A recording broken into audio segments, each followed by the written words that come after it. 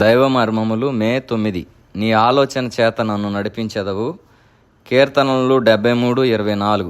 మొదటి సమూయేలు 31:3-6 వచనాలలో ఫిలిష్తీయులకు సౌలునకు జరిగిన యుద్ధమును గూర్చి చదివేదము. ఆ యుద్ధములో సౌలు మరణించెను. సౌలు దేవుని చేత అభిషేకించిన వాడు గనుక దావీదు అతన్ని చంపజూచినప్పుడు దేవుడు అనుమతించలేదు. ఇప్పుడు సౌలు అతని కుమారులు యుద్ధములో మరణించిరి. సౌలునకు విరోధముగా దావీదు పోరాడనవసరము లేదు.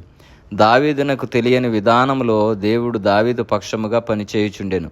ఉన్నతమైన గొప్ప పరిచర్య నిమిత్తము దేవుడు దావీదుని ఏర్పరచుకొనెను. రాజుగా మాత్రమే గాక ప్రవక్తగాను దేవుని యొద్ద నుండి దేవుని పరలోకపు నమూనాను కూడా పొందగలిగిన వానిగా దావీదును దేవుడు ఏర్పరచుకొనెను. అందువలననే శుద్ధీకరించు అనేక అగ్ని పరీక్షల గుండా దావీదు వెళ్ళవలసి వచ్చెను. విశ్వాసలముగా మనము కూడా ఉన్నతమైన సంకల్పముతో దేవుని వలన ఏర్పరచుకొనబడి ఉన్నాము. ఆ పిలుపునకు తగినట్లుగా సిద్ధపడు నిమిత్తము మనము కూడా చెప్పనలివి కాని శ్రమలనిడి అగ్ని పరీక్షల గుండా వెళ్ళవలెను. మన జీవితముల విషయము దేవుని చిత్తమేమిటో తెలుసుకొనవలసినది మన పని. పాత నిబంధనలో దేవుని చిత్తము తెలుసుకొనుటకు ప్రజలు ప్రధాన యాజకుని యొద్దకు పోవలసి ఉండెను. ఇప్పుడైతే దేవుడే నా ప్రధాన యాజకుడు. ఆయన యొద్దకు ఏ సమయంలోనైనా నేను వెళ్ళగలను. దేవుని చిత్తమును తెలుసుకొనుటకు గాను ఊరీము తుమ్మీము అని 2 రాళ్ళు ప్రధాన యాజకునికి ఇవ్వబడెను. ఇప్పుడైతే యేసుక్రీస్తు ప్రభు దేవుని వెలుగు, దేవుని సత్యము అను 2 రాళ్లను నాలోనే ఉంచి ఉన్నాడు.